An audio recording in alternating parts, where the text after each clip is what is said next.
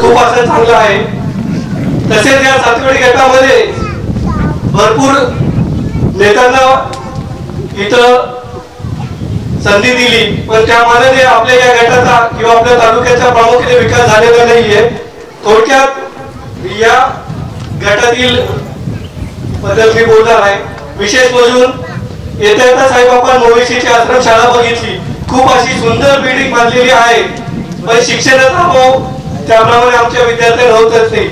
या 21व्या शतकाच्या स्पर्धेच्या युगामध्ये आमचा आदिवासी तरुण असू दे, विद्यार्थी असू दे, त्यामध्ये टिकला जात नाही। त्यामध्ये शिक्षणाचा खूप अभाव आहे, त्याकडे आपण लक्ष दिलं पाहिजे। आश्रमशाळामध्ये योग्य प्रकारे अशी शिक्षण व्यवस्था झाली पाहिजे, याकडे आपण लक्ष दिलेलं आहे। विशेष करून आमच्या या गटामध्ये आरोग्याचा प्रश्न मेन भरसवतो। जिथे जिथे खोटुळा आलेला आहे तिथं आपल्याला सोनोग्राफी होत नाही, रक्त तपासणी होत नाही। आरएक्स मध्ये आपल्या रुग्णांना ज्यावेळेस एखादा पेशंट आजारी पडतो त्यांना आपण संगणक शिवाय पर्याय राहत नाही। आताच कालपूर्वी तुम्हाला माहित असेल आपल्या घोटीमध्ये एक प्रकरण घडलेला आहे, निकिता बाबळे, तुम्हाला आठवत असेल। ती मुलगी फक्त रक्ताच्या उलट्या होत तेव्हा तिला जेवण जात नव्हतं, ती 7 दिवस ऍडमिट होती, पण त्याच्या मागचं रिझन न कळता तिची मृत्यू झाला। अशी आमची आरोग्याची अवस्था ही खूप मोठी झालेली आहे, यावर आपल्याला काम करावं लागणार आहे। दुसरा प्रश्न पाणी, इथं 2 छोटी मोठी धरणं आहेत, फक्त पावसाळ्यात खूप पाऊस पडला जातो, पण त्या पावसात एकच पीक घेतलं जातं। दुसऱ्या वेळेस ज्यावेळेस उन्हाळा येतो आमच्या सर्व बांधवांना बनकर फाट्यावर जावं लागतं, बनकर फाट्यावर जाऊन तिथं दुसरीकडे मजुरी केली जाते, कारण आमच्या तालुक्यामध्ये रोजगार नाही। रोजगाराचे प्रश्न हे वर्षानुवर्ष इथं प्रलंबित आहे की इथला युवक शिकत असूनही त्यांना रोजगाराची एकच संधी नाही। पर्यटन व्यवस्था यामध्ये इथं होत असूनही पर्यटन माझे थोड्या प्रमाणात झालेलं नाही। पर्यटन एक चांगल्या प्रकारे डेव्हलप झालं तर इथल्या युवकाला इथे चांगली नोकरी भेटेल। या पर्यटनावर रोजगार निर्मिती होऊन तो इथलं घर चालवण्यास 100% प्रयत्न करेल, यावर आपल्याला काम करावं लागेल। या तालुक्यामध्ये सांगतात की रस्त्याची कामं झालेली आहेत, रस्त्याची कामं चालवले झाले, आम्हाला मान्य आहे रस्त्याची तालुक्याची कामं चालू आहेत, पण तालुक्यातील त्या रस्त्यांचा दर्जा हा 90% खराब झालेला आहे। येत्या पावसाळ्यामध्ये 4 महिन्यानंतर त्या रस्त्यांमध्ये पुन्हा खड्डे पडतील। फक्त संगणमताने रस्त्याची कामं चाललेली आहेत, यावर आपण लक्ष दिलं पाहिजे की रस्त्याचं काय चाललेलं आहे। तालुक्याने या सातवडी गटामध्ये सर्वात महत्त्वाचा प्रश्न आहे वीज। या ठिकाणी या विजेचं एवढं की डीपी नसल्यामुळे जर डीपी गेली तर 8-10 दिवस लाईट येत नाही, आणि आता जी लाईट चालू आहे इथं फ्रीज मिक्सर कुठली गोष्ट चालत नाहीये, फक्त डीम लाईटवर या एरियातला हा प्रश्न या ठिकाणी चालू आहे। त्यामुळे इथे सबस्टेशनची आपण मागणी केलेली आहे। साहेब, आम्हाला तुमच्या मार्गदर्शनाखाली या तालुक्याच्या विकासामध्ये भर घालायची आहे। विशेष करून आज ज्यासाठी जमलेला आहे ते आमचे भविष्य आरोग्यमय आणि खूप चांगले जावो। जय हिंद, जय महाराष्ट्र, जय आदिवासी। धन्यवाद दादा। दादाने आपल्या भाषणात मनोगत या इथल्या समस्या साहेब मांडल्या, पण दादांना बोलताना एक शब्द सांगता नाही आला। आम्ही भरपूर अकोला तालुक्यात काँग्रेस पक्षाचं काम करतो, पण आता आम्ही सत्तेत पाहिजे असं दादांना सांगायचं होतं। येणाऱ्या विधानसभेला आमच्या चिन्ह रोम पाहिजे। यानंतर या ठिकाणी केक कटिंग होणार आहे। मी आदरणीय भाऊंना विनंती करतो, राधिका आणि विक्रम यांना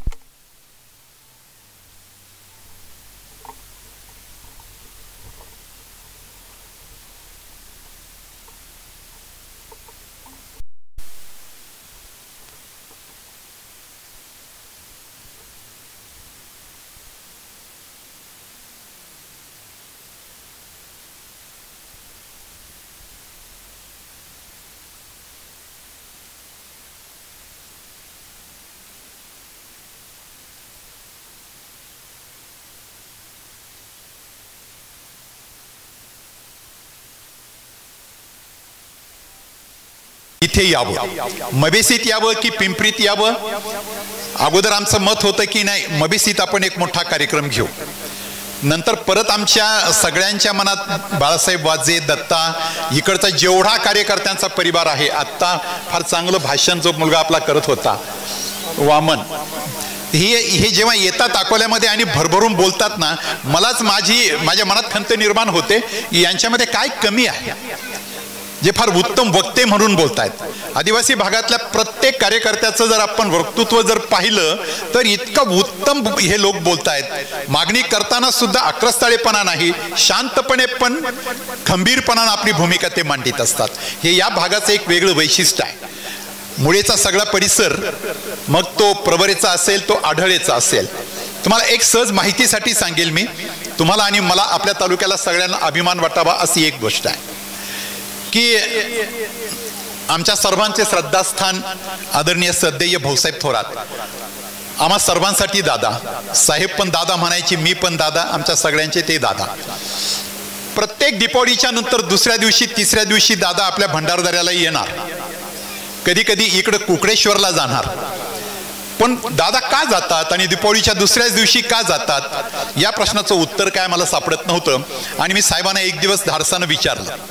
साहेबांची आणि माझी एकदा जर आमच्या दोघांची तार जुळली विचाराची तर मग काही विचारूच नका तुम्ही. तर त्यांना मी म्हटलं, दादा हा दिवस आणि कोणत्याही नदीचं उगमस्थानच का? तेव्हा त्यांनी मला असं सांगितलं की हे उगमस्थान ज्या भागात आहे त्या भागातला माणूस आपल्या शिरावर कितीतरी TMC पाणी आपल्या शिरावर घेतो. त्या भागातली जमीन ती सगळं पाणी आपल्यावर घेते.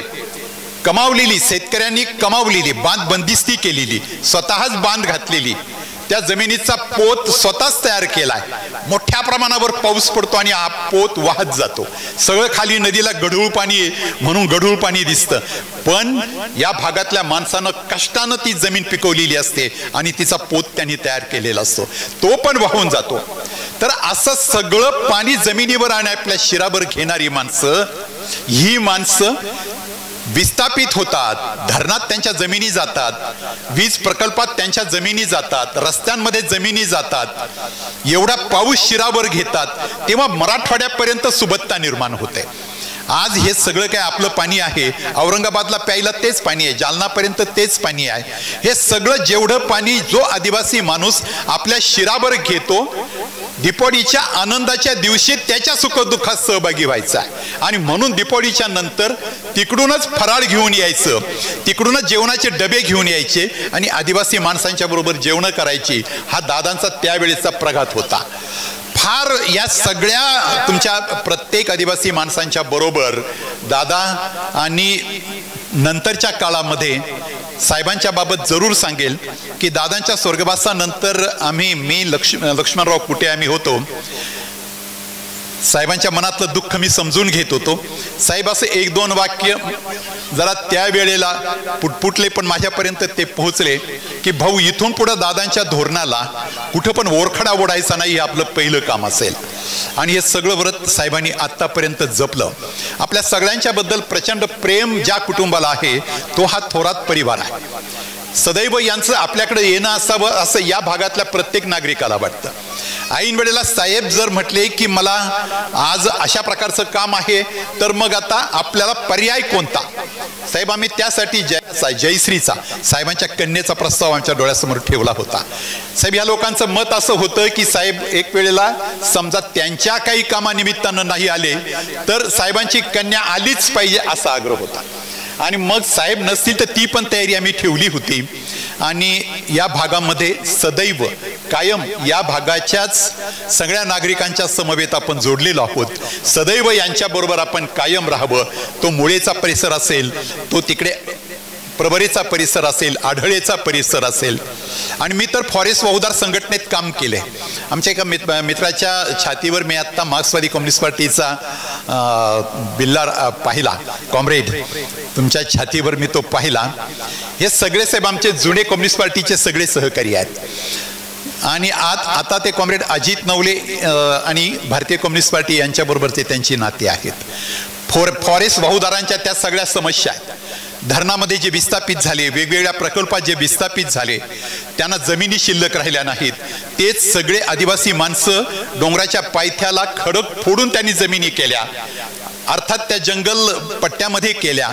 तर जंगल पट्ट्यात आपल्या कष्टानं, आपल्या घामानं ज्या जमिनी त्यांनी आज पिकवल्यात, त्या सगळ्या जमिनी, अतिक्रमित जमिनीचे पट्टे आदिवासींच्या नावे कायम करा. या आंदोलनात आम्ही फार वर्ष काम केलंय. कितीतरी प्रश्न सुटलेत, पण अद्याप ते प्रश्न सुटलेले नाहीत. आपल्याकडं आंबीतला सुद्धा, आंबीत, पाचनई, त्या बाजूनं कुमसेत, या सगळ्या परिसरात मोठ्या प्रमाणावर हे फार स्वाहुदार लोक आहेत. अजून त्यांचे प्रश्न काही अडकलेले आहेत. ते प्रश्न सोडवण्याचे प्रयत्न यापुढे आम्ही करू, साहेबांच्या पर्यंत पोहोचवायचं काम पण करू. त्यामध्ये संघटना अजित नवले चालवतात, त्यांची पण आपण मदत घेऊया, एकत्रितपणे काम करू. आपली आता आघाडी आहे, या आघाडीच्या वतीनं काम करू.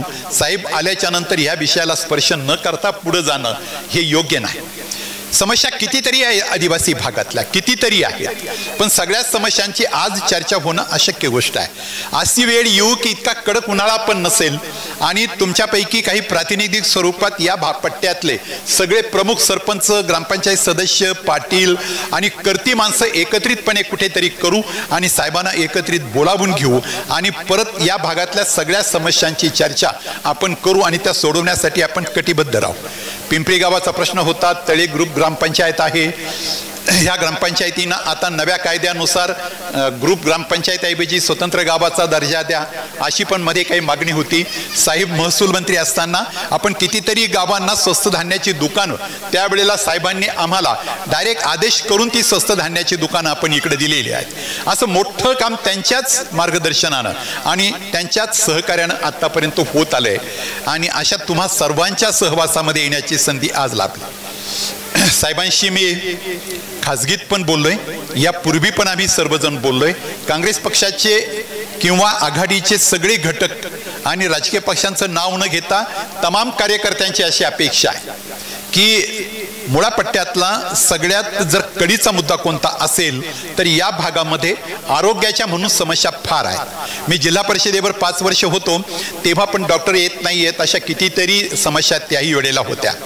तर या भागामध्ये साहेबांनी, आपल्या सर्वांना माहीत असेल, आपण जर घोटीच्या जवळ गेला तर घोटीचं हॉस्पिटल तुम्हा सर्वांना माहिती आहे, SMBT म्हणून ज्या हॉस्पिटलची ओळख आहे. आता तर कॅन्सरचं पण दालन तिथं सुरू झालेलं आहे. आता कोणतीच पण अपूर्णता SMBT हॉस्पिटलमध्ये राहिलेली नाही. साहेबांनी आपल्या तालुक्यामध्ये एक दर्याला एक सब सेंटर सुरू केलेला आहे. या भागातला माणूस इथून 12 किलोमीटरवर राजूर आणि तिथून पुढे 50 किलोमीटरवर SMBT असा प्रवास करून इकडचे पेशंट हे SMBTला जात असतात.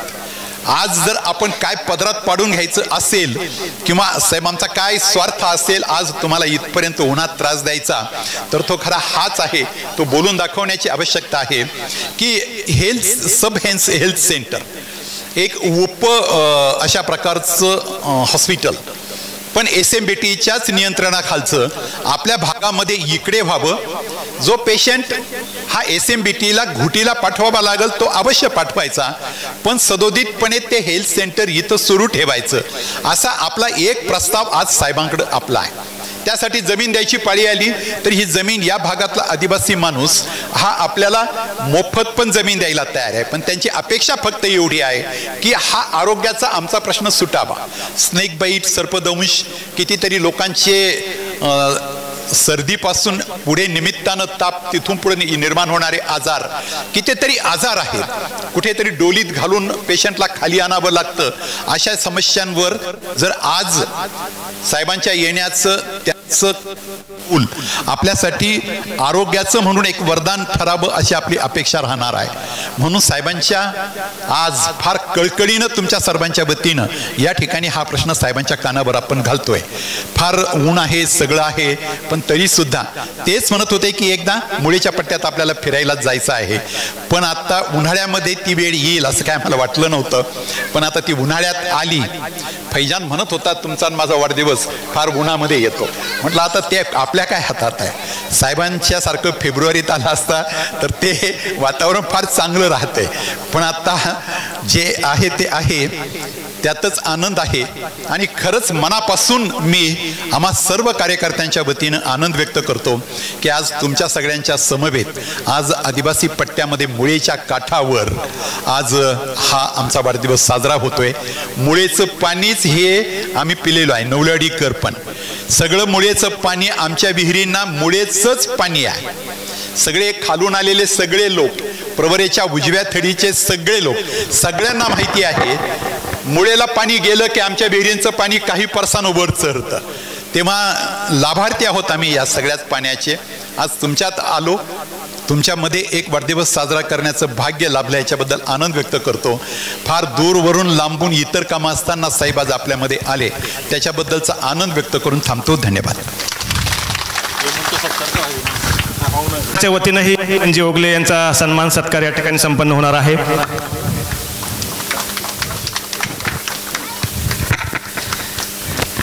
आदरणीय साहेबांच्या मार्गदर्शनाखाली नेतृत्वाखाली काम करत असताना सर्व ज्येष्ठांचा सन्मान करणं अशी शिकवण साहेबांची कायमच असते. आजच्या कार्यक्रमाच्या निमित्तानं या पिंपरी आणि विभागातील काही ज्येष्ठ नागरिकांचा सन्मान या ठिकाणी आपण करणार आहोत. हेमंतजी ओगले यांचा सन्मान सत्कार विक्रमजी नवले यांनी सत्कार करावा. या विभागातील काही प्रमुख मार्गदर्शक कार्यकर्ते ज्येष्ठ नागरिक यांचा सन्मान आपण साहेबांच्या वतीनं संपन्न करत आहोत. मी ज्यांचा नामोल्लेख घेतोय त्यांना आपल्याला विनंती, कृपया लवकर आपण या ठिकाणी यावं. सन्मान्य प्रथमतः भाऊराव श्रावणा सालकर, सन्मान्य भाऊराव श्रावणा सालकर महाराज यांचा सन्मान साहेबांच्या वतीने या ठिकाणी संपन्न होतोय. ज्यांचा नामोल्लेख करतोय त्यांनी लवकर या ठिकाणी यायचंय. या विभागातील ज्येष्ठ नागरिक कार्यकर्ते यांचा सन्मानाच्या या कार्यक्रमाच्या निमित्तानं संपन्न होतोय. प्रथमतः भाऊराव श्रावणा सालकर यांचा सन्मान साहेबांच्या वतीने संपन्न होतोय. त्यानंतर रामजी होला वाजे यांना विनंती, आपण या ठिकाणी यायचं आहे. चला लवकर चला.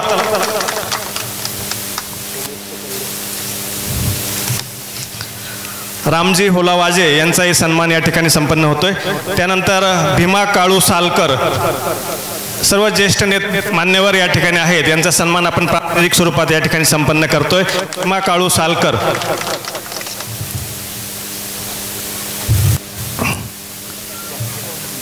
चला पुढे घ्या. हो,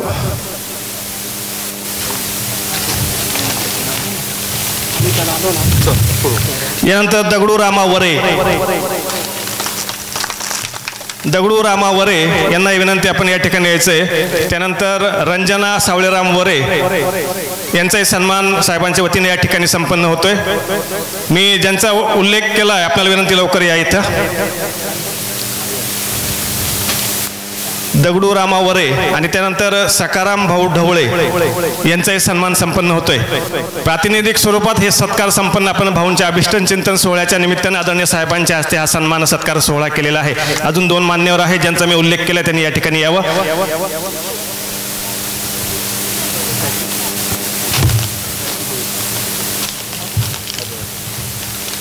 प्रमोदजी दिवेकर यांच्या हस्ते आदरणीय साहेब आणि आदरणीय भाऊंचा सन्मान सत्कार होतोय. त्यांना मी विनंती करतो या ठिकाणी आपण भाऊंचा आणि साहेबांचा सत्कार करावा.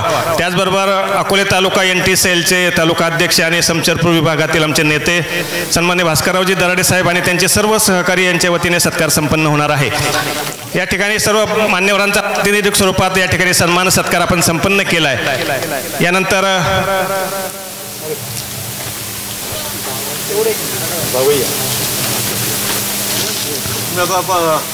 नंतर व्यक्तिगत सत्कार आपण नंतर करू. माणिकराव थांबा थोडे, माणिकराव वास्तवले साहेब थांबा.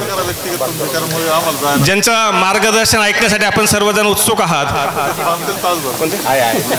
या ठिकाणी भीमा काळू सालकर आपलं 2 मिनिट फक्त मनोगत व्यक्त करतील. बाबा बोलायचंय ना थोडक्यात. भीमा काळू सालकर आपलं मनोगत व्यक्त करते आणि त्यानंतर साहेब बोलतील.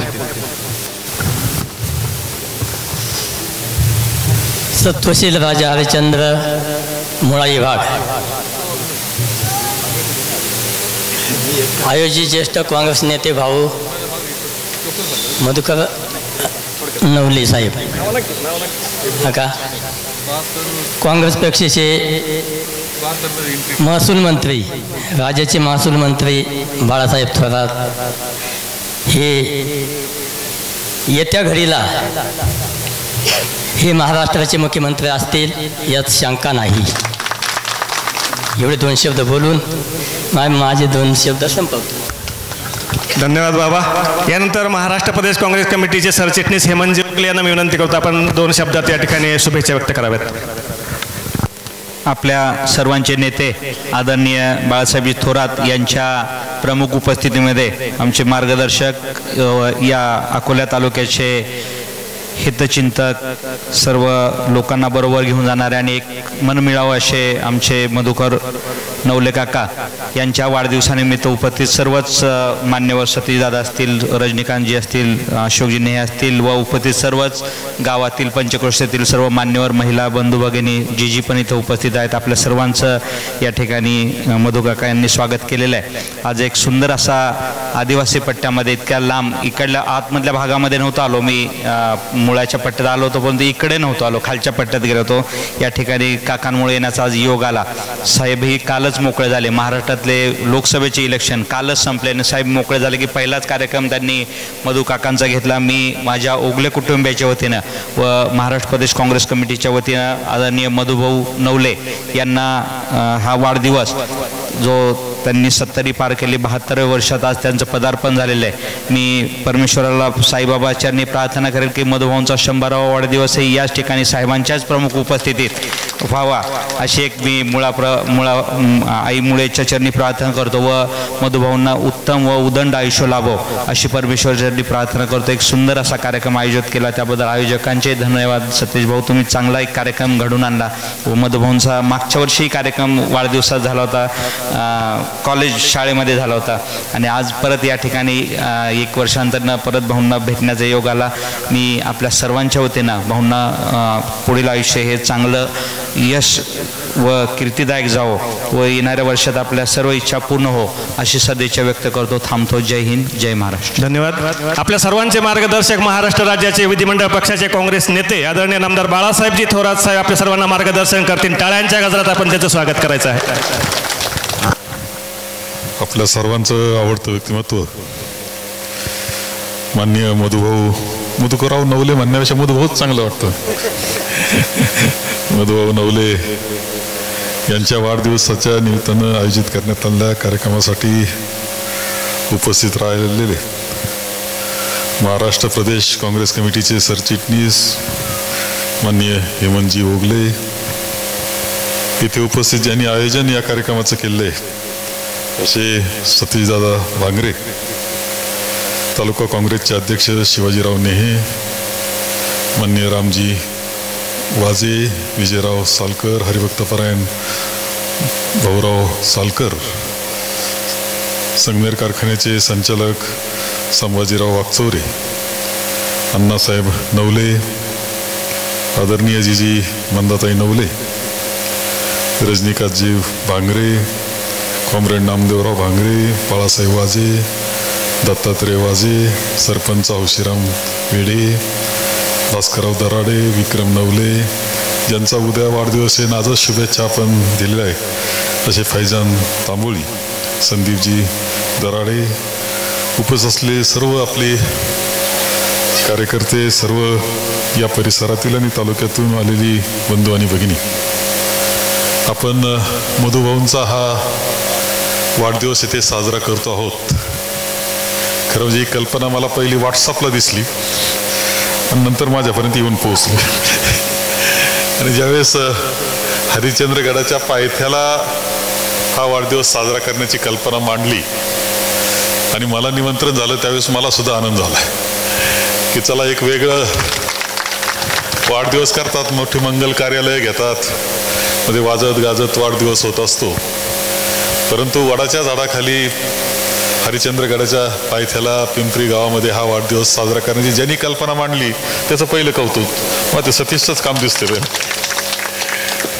थोडं आहे, ऊन आहे जास्त, गरम वारं बी बरं आहे, परंतु या गरम हवेमध्ये गरम उन्हामध्येच उद्याचा पावसाळा असतो हे लक्षात ठेवायचं.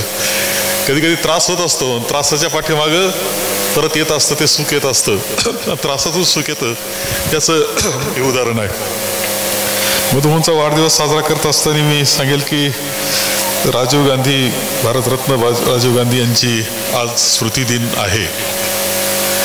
राजीवजींचे ज्या पद्धतीनं त्यांना आत्मसमर्पण त्यांनी केलं.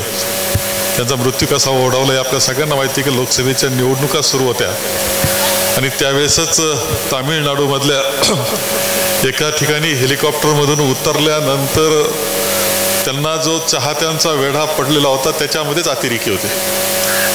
अतिरेक्यांनी बॉम्बस्फोट केला आणि राजीव गांधी यांच्या देहाच्या चिंधड्या झाल्या.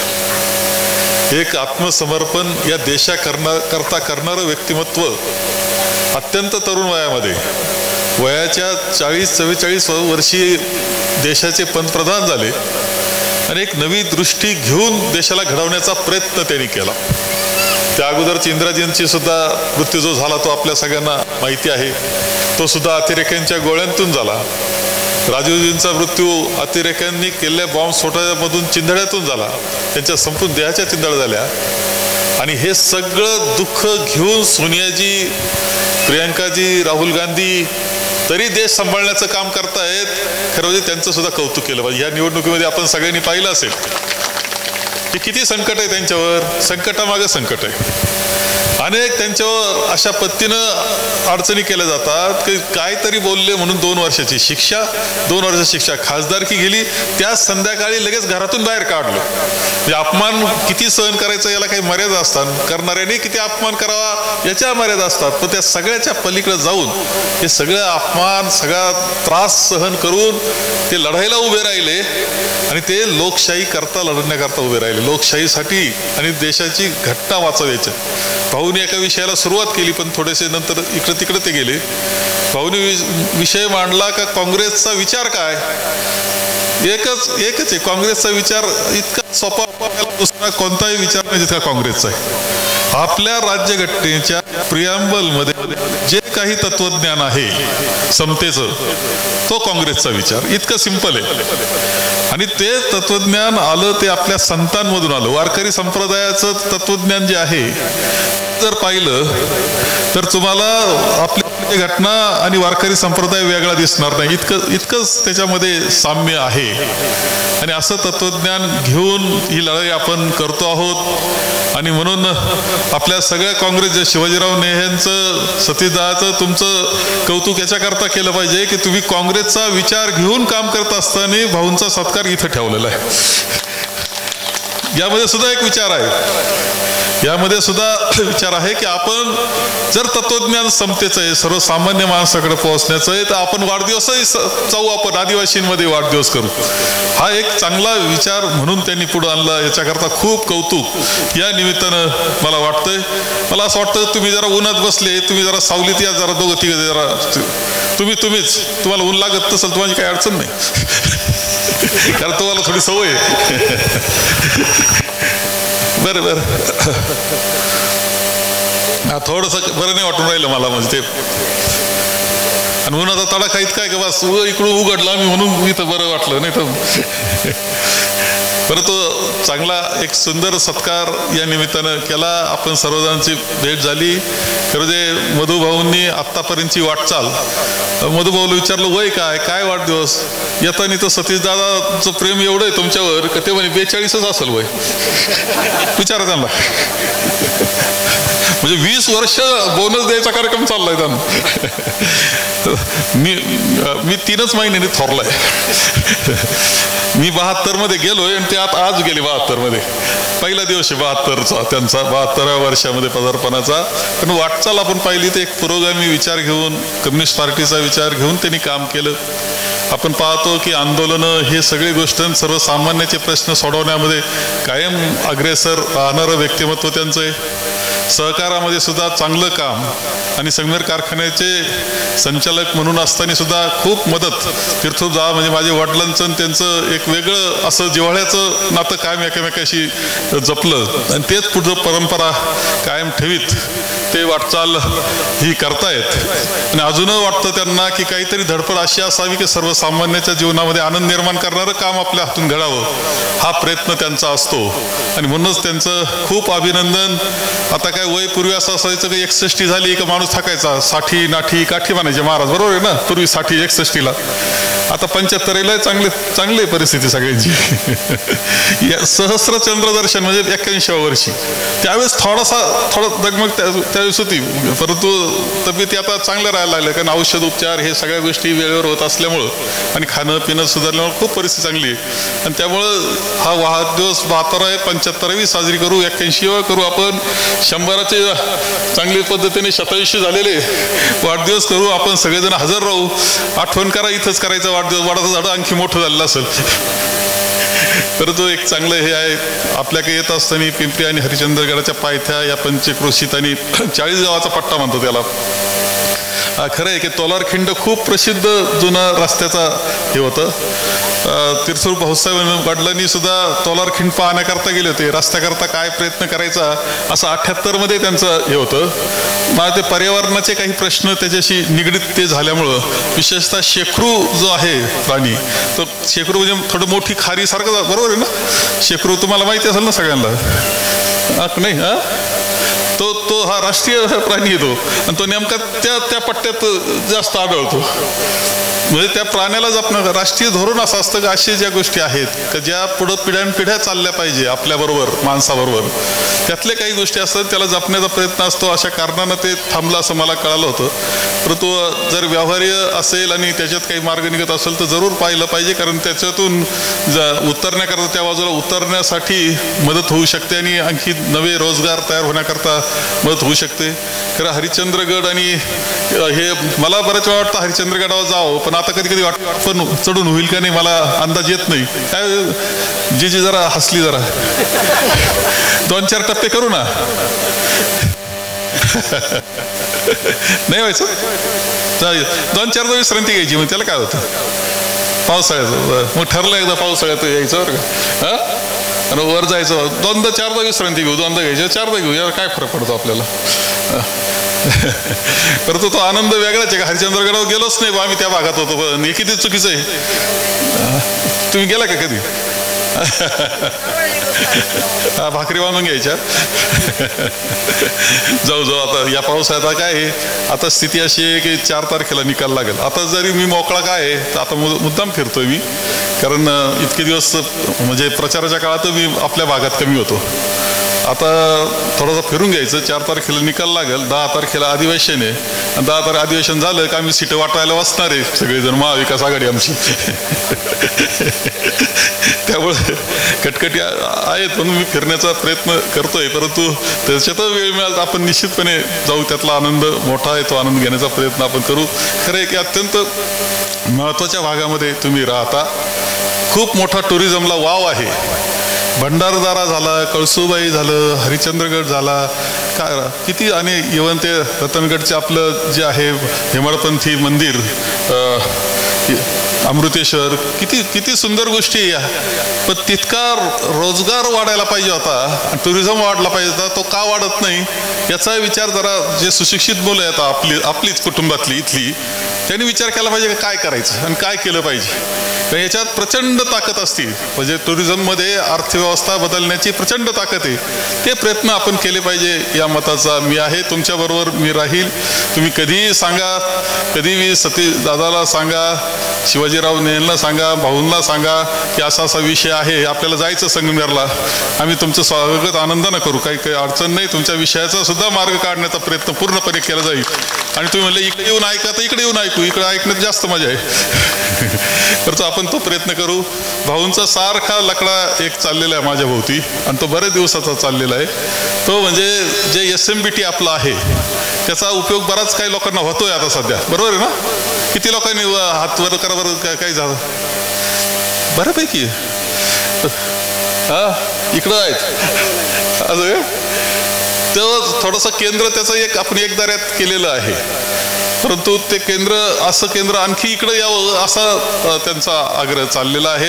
यात काय करता येईल, कारण याला बंधनं आहे, काही नियम आहेत, बंधनं आहेत, त्यामुळं अडचणी आहेत. परंतु एकदा तपासून ते घेऊ, आणि करता येत असेल जवळ राजूरला किंवा इकडं आणखी परिसरामध्ये, आणि त्यामधून आदिवासी आणि गरीब माणसांची मदत होत असेल तर जरूर त्यामध्ये प्रयत्न केला जाईल, याची ग्वाही तुम्हाला या निमित्तानं मी देतो. भाऊंना खूप शुभेच्छा आजच्या निमित्तानं. काही गोष्टी जीवनात आठवणीत राहणाऱ्या असतात. आता तुम्ही अकोल्यात वाढदिवस केला असताना 4 दिवसांनी विसरला असतो, पण आता हा वाढदिवस मात्र कधीच विसरायचो नाही. म्हणून आजच्या वाढदिवस आयोजन करणाऱ्यांचे आभार आणि भाऊंचं खूप अभिनंदन, खूप शुभेच्छा या निमित्तानं देतो आणि माझे 2 शब्द संपवतो. धन्यवाद साहेब. मी बाळू वाजे यांना विनंती करतो आपण आभार व्यक्त करावेत. हॅलो.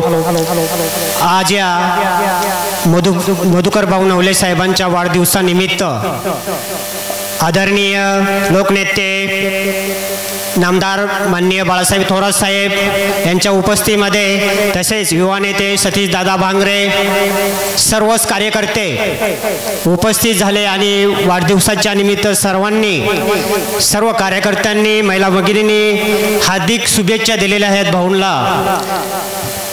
थोरात साहेबांना माझं एकच सांगणं आहे की आमच्या हरिश्चंद्रगड मुळाखोऱ्यामध्ये SMBT सारखं खरं आरोग्य केंद्र व्हायलाच पाहिजे आणि त्याची काळाची गरज आहे. वाढदिवसानिमित्त साहेब आमंत्रित आणि हे पर्यटक स्थळ म्हणून आमचं हे जे वडीलधारे माणसं सांगतात का आम्हाला पण आठवत नाही वटवृक्ष ज्याची वाढ होते ते अजून पण आम्हाला माहिती आहे 250 ते 200 वर्ष झालेलं आहे. आणि हे पर्यटक स्थळामध्ये याची नोंद होऊन पुढे मुलांना रोजगार कसं उपलब्ध होईल हे पण झालं पाहिजे. आणि सर्व कार्यकर्त्यांच्या वतीनं मी आभार व्यक्त करतो आणि माझे 2 शब्द संपवतो. जय हिंद, जय महाराष्ट्र. सर्व कार्यकर्त्यांनी महिला भगिनींनी जेवणासाठी वडाच्या झाडाखाली बसून घ्यायचे.